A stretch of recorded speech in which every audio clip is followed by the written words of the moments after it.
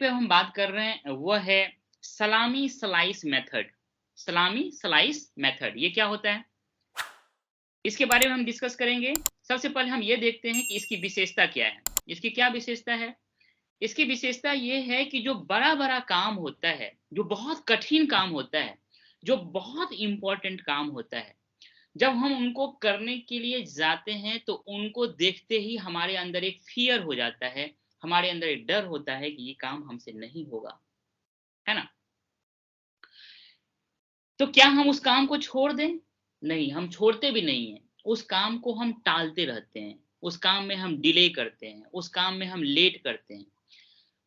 उस काम को जो कि बहुत इम्पोर्टेंट है, आपको करना ही करना है, लेकिन उसके इतने बड़े साइज़ हैं उस काम के, वो इतना कठिन काम है कि आप उस काम को शुरुआत करने से घबराते हो, अर्थात प्रोक्रास्टिनेशन आपके लिए होता है वो उस काम को करने के प्रोसेस में।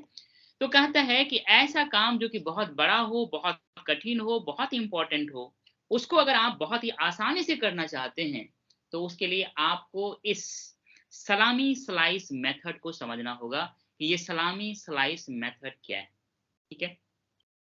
इसमें कहता है a major reason for procrastination on big important task is that they appear so large and formidable when you first approach them। जब कोई important और big काम को पहली बार आप अप्रोच करते हो, तब वह आपके लिए बहुत ही बड़ा appear होता है, आपके लिए एक डरावना सा प्रतीत होता है, आपको भय लगता है कि इस काम को कैसे शुरुआत करें।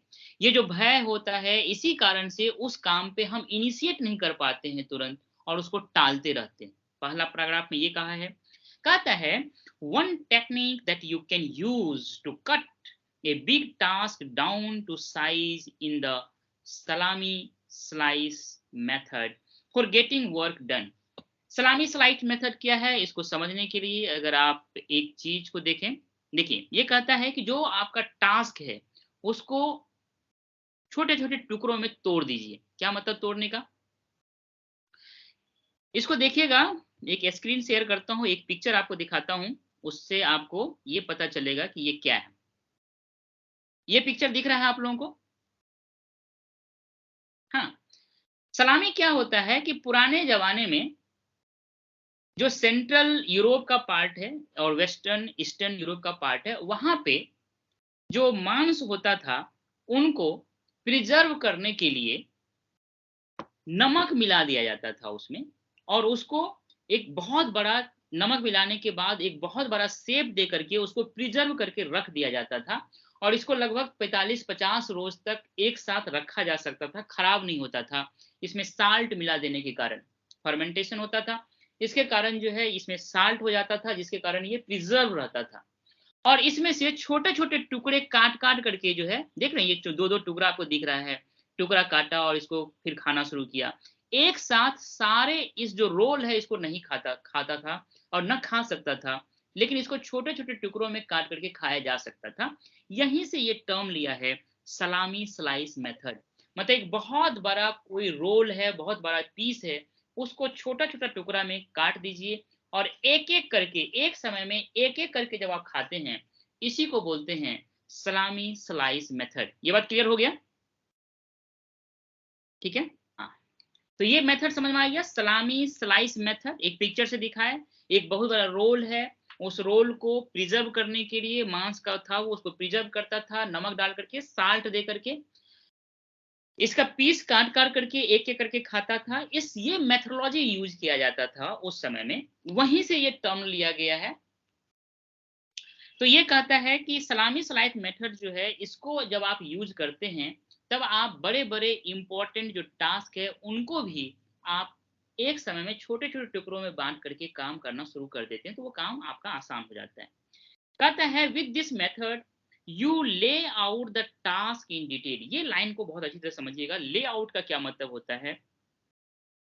टास्क, देखिए एक एग्ज़ाम्पल लेते हैं यूपीएससी का।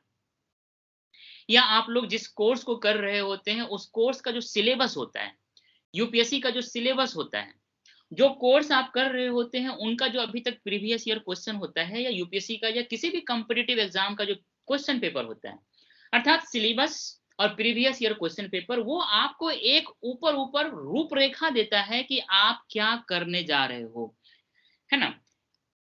कौन सा चैप्टर पढ़ना है, इस चैप्टर के बाद कौन सा चैप्टर पढ़ना है, फर्स्ट सेमेस्टर में क्या पढ़ना है, सेकंड सेमेस्टर में क्या पढ़ना है। ऐसा नहीं है कि जो चीज आपको थर्ड सेमेस्टर में पढ़ना हो उसको आपको फर्स्ट सेमेस्टर में पढ़ा दे, ऐसा नहीं हो सकता। जो सिलेबस, जो पूरा डिटेल्ड सिलेबस बनाते हैं उनको पता है कि पहले कौन पढ़ाना है, उसके बाद कौन पढ़ाना है।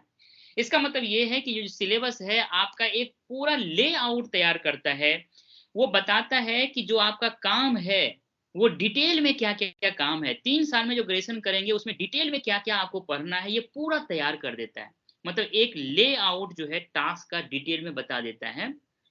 Writing down every step in order, उसके बाद आप क्या करते हैं, किस ऑर्डर में आपको स्टेप बाय स्टेप काम करना होता है उसको आप राइट डाउन कर लेते हैं। सबसे पहली बात, क्या करना है, क्यों करना है और किस ऑर्डर में करना है, ये मैं आपसे पहले डिस्कस किया था। क्या करना है और क्यों करना है, ये जो क्लियर हो जाता है बहुत अच्छी तरह से, तो उसी को बोलता है ले out the task in detail, कि बहुत ही डिटेल में आपने उस टास्क को एक ले आउट तैयार कर लिया, एक रूपरेखा तैयार कर लिया, उसको ऑर्गेनाइज कर लिया आप कि इसके बाद कौन करेंगे, इसके बाद जो है ना, सब एक तरह से अरेंज करके आपने रख लिया, पहली बात। उसके बाद आप उसको इस तरह से स्टेप बाय स्टेप करने का कोशिश करते हैं आप, कि एक स्टेप के बाद दूसरा स्टेप कौन होगा, एक तरह से ऑर्डर में आप जब सजा देते हो, and then resolve to do just one slice of the job for the time being, और उसके बाद आप ये कोशिश करते हो कि एक स्लाइस मतलब एक काम का जो टुकड़ा है उसको एक समय में आप खत्म करते हो, मतलब एक समय में एक काम का टुकड़ा आप खत्म करते हो। पूरे काम को छोटे-छोटे टुकड़ों में बाँट लिया, उस छोटे-छोटे टुकड़े को एक समय में आप करते हो, ऑर्डर में आप करते हो कि इसके बाद ये करेंगे, इसके बाद ये करेंगे, इसके बाद ये करेंगे।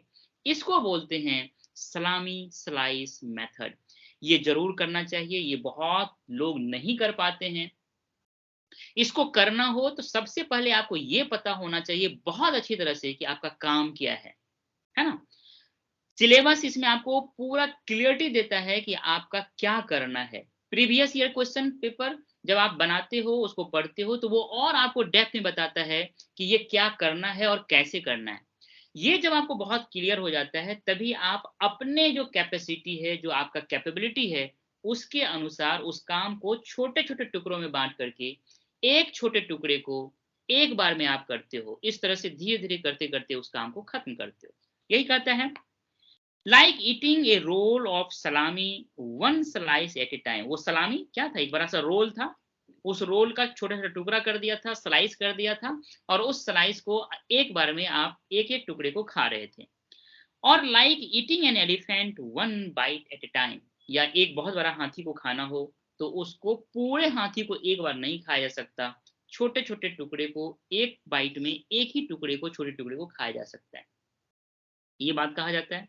इसके बाद इसी चीज को साइकोलॉजिकली या मनोविज्ञान की भाषा में समझाता है, बहुत सुंदर ये बताया है psychologically. Psychology you feel find Psychologically, you will find it easier to do a single small piece of a large project than to start on a whole job।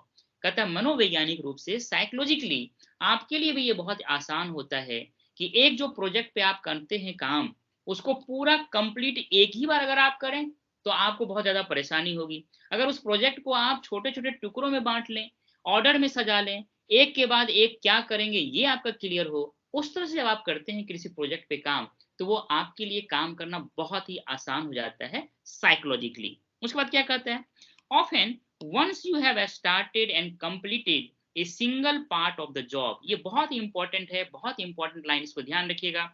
जब आप एक सिंगल काम, जो छोटा टुकड़ा बांटा था, उस काम को जब आप काम स्टार्ट कर देते हैं और उसको जब आप कंप्लीट कर लेते हैं, you will feel like doing just one more slice. जैसे ही आप उस छोटे काम को कंप्लीट करते हैं, वैसे ही आपके अंदर एक फीलिंग होता है कि अब दूसरे काम पे चलते हैं, आप रुकते नहीं हो, आपको लगता है चलो अब दूसरा काम कर लेते हैं।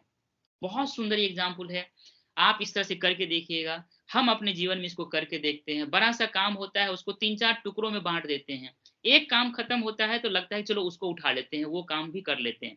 ये साइकोलॉजिकली मनोवैज्ञानिक रूप से हम लोगों के पास ये चीज जो है अनुभव करने का क्षमता होनी चाहिए, और हम लोग करते भी हैं। जब एक काम खत्म हो जाता है तो हम दूसरे काम पे अपने आप लग जाते हैं।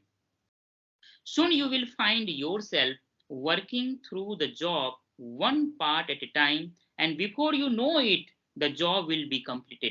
कहता है इस तरह से जब आप काम करेंगे, जब आपको पता चलेगा कि ये काम कंप्लीट होगा, उससे पहले काम कंप्लीट हो चुका होता है। मतलब काम के कंप्लीट होने का जो आपको पता चलता है कि ये काम कंप्लीट हो गया है, उससे पहले वो काम कंप्लीट हो चुका होता है। ये साइकोलॉजिकली या मनोवैज्ञानिक रूप से होता है। कहने का मतलब ये है कि अगर आप बहुत बड़े कठिन इंपॉर्टेंट काम को करना चाहते हैं, तो उनको इस सलामी स्लाइस मेथड से करना बहुत ही आसान होता है। इसमें प्रोक्रास्टिनेशन नहीं होता है। आप उस काम को एक बहुत ही अच्छी तरह से लेआउट तैयार कर लीजिए। उस काम के प्रति आपका एक बहुत सुंदर अंडरस्टैंडिंग होना चाहिए कि ये काम है क्या, पहली बात। और दूसरा, वो जो काम कर रहे हैं तो हम क्यों कर रहे हैं, इसको लेकर के भी क्लियरिटी होना चाहिए। देन आप उस काम को छोटे-छोटे टुकड़ों में बाँट दीजिए। हर टुकड़े को अरेंज कर लीजिए ऑर्डर में कि इसके बाद ये करेंगे, इसके बाद ये करेंगे, इसके बाद ये करेंगे। और जो पहला काम होना चाहिए उस छोटे टुकड़ों में, उनको आप शुरुआत कर दीजिए। साइकोलॉजिकली जब आप उसको शुरुआत करेंगे और साथ ही साथ जब आप उसको कंप्लीट करेंगे, तो अपने आप आपका दिमाग, आपका हाथ उसका जो दूसरा छोटा टुकड़ा था, उस पे अपने आप चले जाएगा, और इस तरह से वो काम आपको कंप्लीट हो जाएगा बिना आपके जानकारी के ही। आपको पता ही नहीं चलेगा कि काम कब खत्म हो गया। इस तरह से ये सलामी जो स्लाइस मेथड है, किसी भी बड़े काम को, बहुत ही बड़े प्रोजेक्ट को खत्म करने के लिए, उसको फिनिश करने के लिए, उसको अकम्प्लिश करने के लिए, उसको उसको द लॉजिकल एंड तक ले जाने के लिए बहुत ही सुंदर, बहुत ही अच्छा मेथड है, मैकेनिज्म है। यही इस टॉपिक में कहा गया है। मुझे उम्मीद है कि आपको ये अच्छा लगा होगा।